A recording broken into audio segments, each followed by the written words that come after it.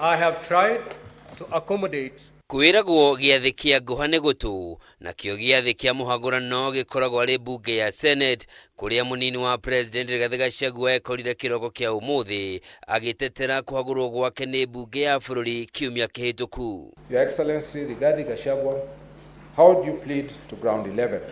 Guilty or not guilty? Not guilty.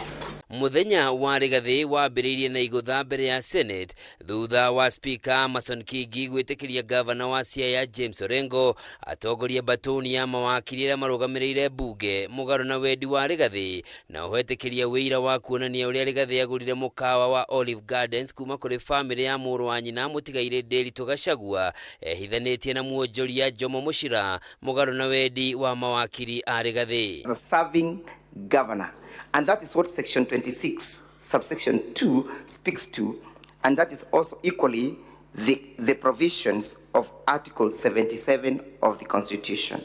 There has been no assertion that learned senior counsel James Orengo, by representing a party before this House, has participated in gainful employment. Having analyzed the preliminary objection raised, and for the reason I have given, the preliminary objection raised on the appearance for the National Assembly by Senior Counsel James Orengo is hereby dismissed.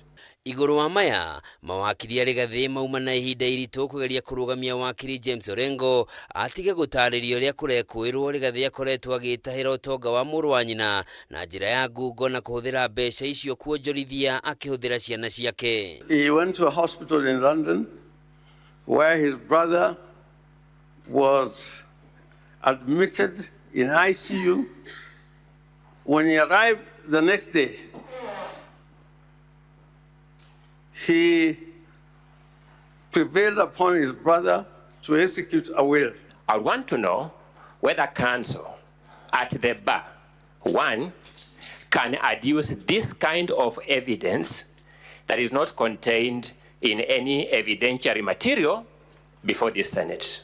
Senior Counsel Orengo, those amendments, are they contained? They are contained, they are all here. They and refer to the document. Volume 4.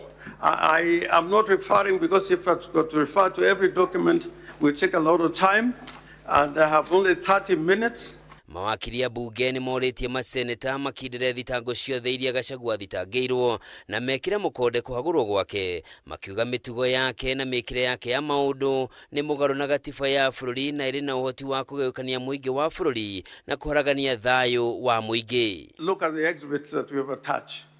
You will find that a strong case has been made out for the impeachment and removal from office of the Deputy President of the Republic of Kenya.